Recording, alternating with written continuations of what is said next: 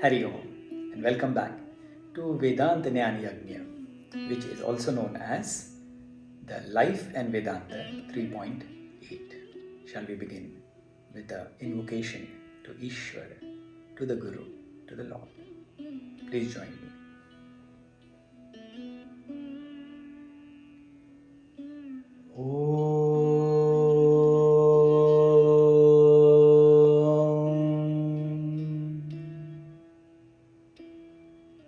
Om Shri Ganeshaya Namaha.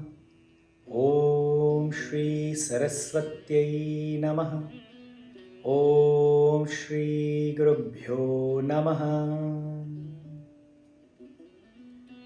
Om Sahana Bhavatu Sahanau Bhunaktu Sahaviryam Karavavahai Tejasvinavadhitamastu ma vidvishavahai.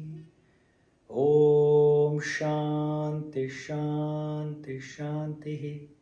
Harihi Om Shri Gurubhyo Namaha. Harihi Om. Hari Om to one and all. In our last session, we stopped at a point where the 5 subtle elements known as Tanmātrās were discussed, and how from these 5 Tanmātrās first came the organ of hearing. From the Tanmātrā of Akasha came the organ of hearing. From the Tanmātrā, the Vayu, came the organ of sensation or touch. From the Tanmātrā, the fire or Agni, which is also sometimes called as Vanni, came the organ of sight. Then from the Tanmātrā, which is called as the Apaha, came the organ of taste. And finally, from the Tanmātrā, Prithvi, came the organ of smell, means olfactory. In this way, one Tanmātrā from each Tanmātrā's Sattvic Guna only came these organs. Remember, the Tanmātrās have evolved from the 3 gunas. The 3 gunas are Sattvic, Rajasic and Tamasic. So, from the Sattvic aspect alone of each Tanmātrā came one sense organ. However, the sense organ interacts with the world outside and it can only perceive that sense object which is correlated to that Tanmātrā. Meaning, the ears can only perceive sound. Similarly, the organ of sensation or touch, skin, can only perceive sensation. In the same way, the organ of sight, eyes, can only see. The organs of taste, the tongue, can taste alone. The organ of smell, the nose, can only smell.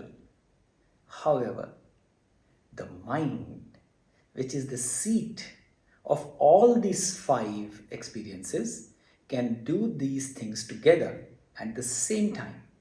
All the impulses from these sense organs, when they have received, it simultaneously goes to the mind, and the mind can conceive all 5 of it together.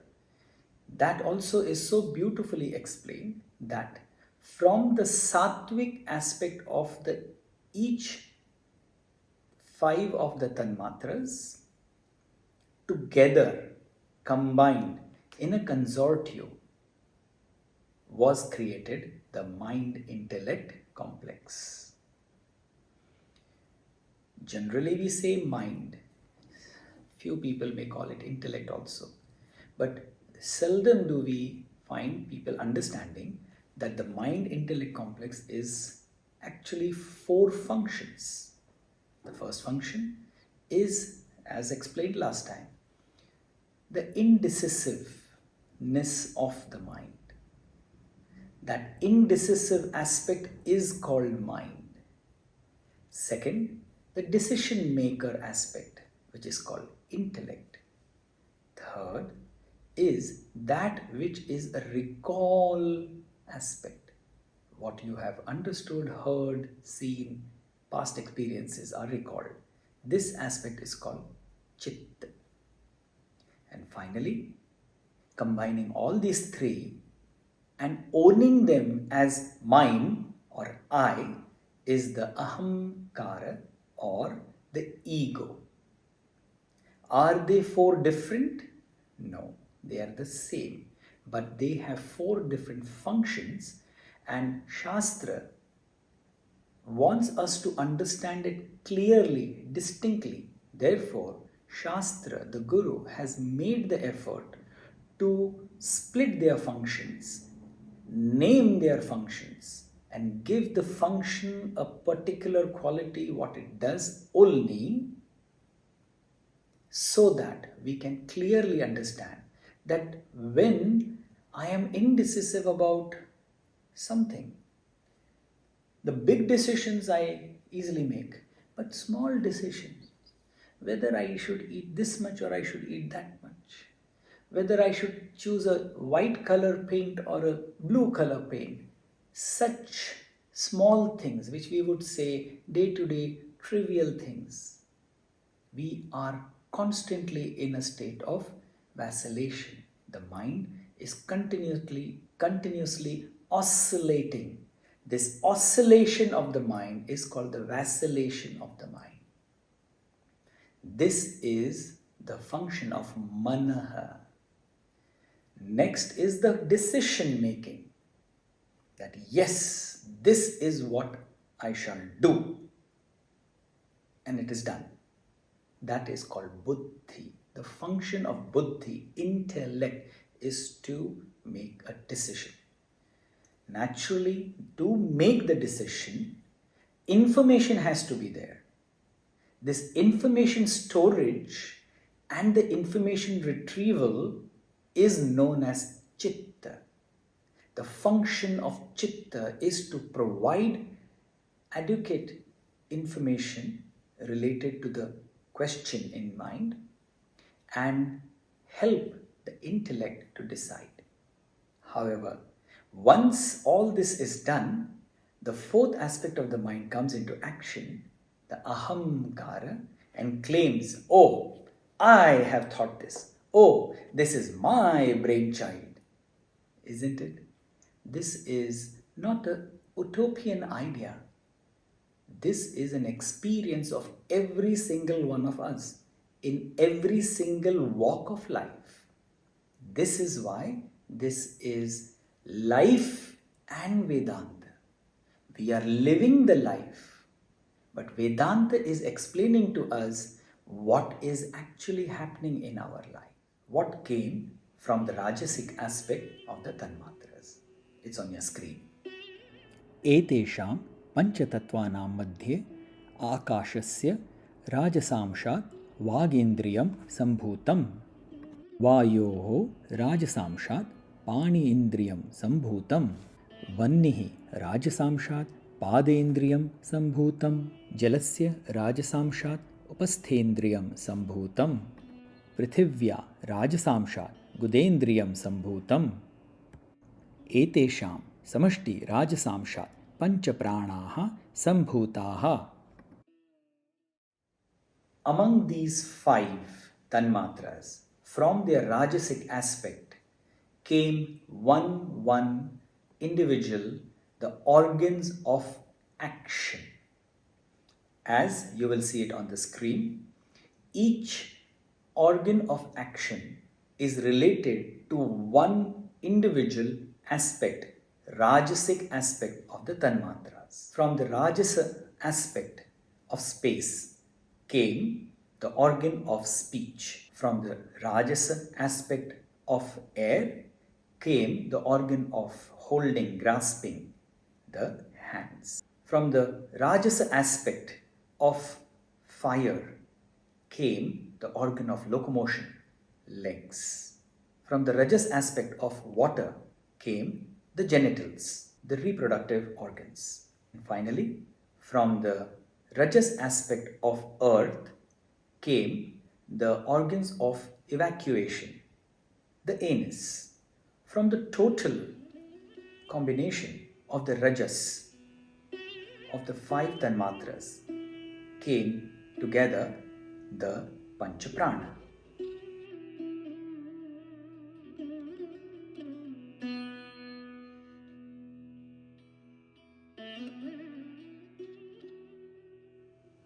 Rajas or Rajaguna or Rajoguna is characterized by activity. So, whenever you see activity, understand that this is the guna of Maya. Understand, we are talking of the subtle aspects. So, we are not talking about these hands, we are not talking about these legs, we are not talking about this tongue, we are talking about the subtle of these aspects, because still now the created body has not come. Therefore, these are all subtle. Therefore, whenever the 5 organs of action, when they want to interact with the world, they activate the body parts in relation with those actions, and then it moves. How does it move?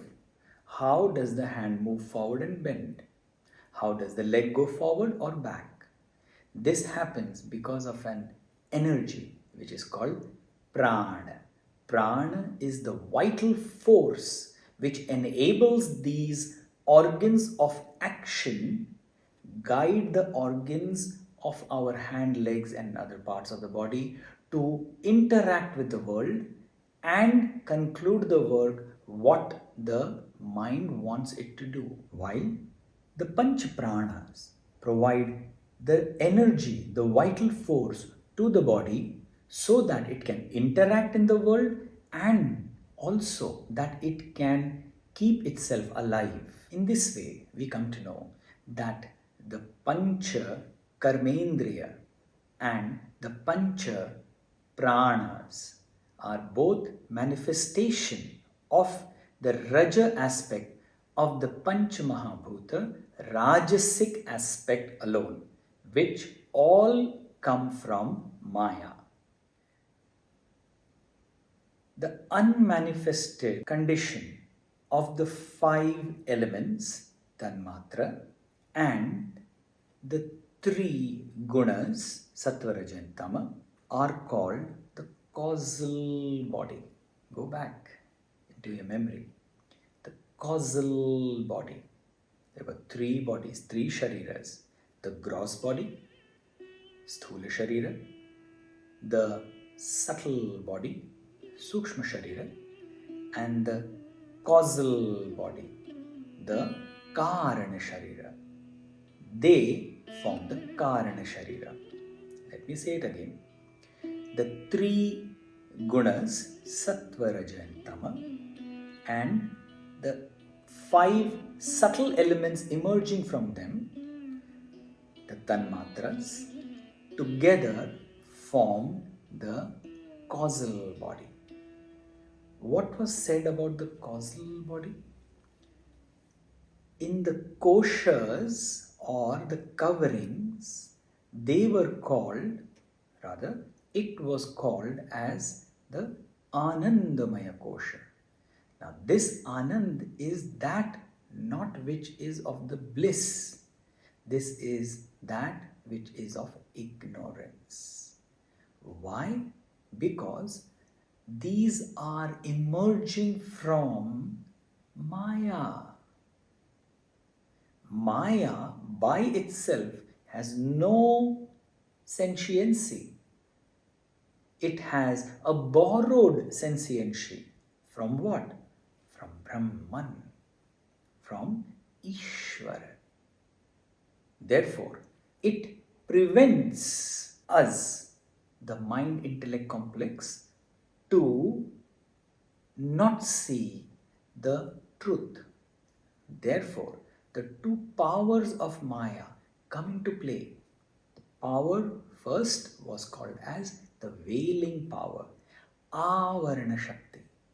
And the second, the projection power, the power which is called as Vikshepa Shakti. With these two powers, Maya makes it sure that the causal body rules the rest of the other two bodies. How? You will see.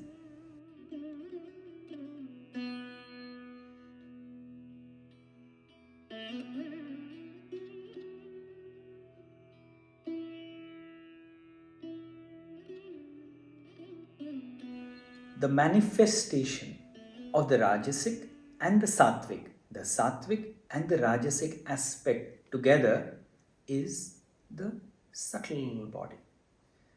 The unmanifest is the causal body. The manifested is the subtle body. Now we speak of that aspect, the tamas aspect. From the tamasic, the tamas aspect of the Panchamahabhuta, what emerged? From the five tamasic, tamas aspect of the Panchamahabhuta came the gross world. And the gross world has the gross five elements. What do we mean by gross five elements? Meaning that what you and me can perceive. Why? Because they are coming from the grosser aspect of the Tanmatras. They have undergone a process which is called Panchikarna. The Panchikarna process will be explained probably in the next session or the next to that. But understand, there is a proper Panchikarna process, a grossification process. When the tamas aspect goes through that, our five elements which you and me can see and feel and can conceive came into being. So, today we spoke about the Rajasic aspect of the Tanmatras, and from the Rajasic aspect, what came? The five organs of action. And from the Tamasic aspect of the five elements, what came? The entire world. In the next session, we will try and explain that from each aspect of the Tamasa, how does the five gross element emerge? This process is called the Panchikarna. But for today, only this much. In the next session, we will take it further. Kindly join me for the end prayers, thanking Bhagwan, thanking the Guru, thanking the Shastra.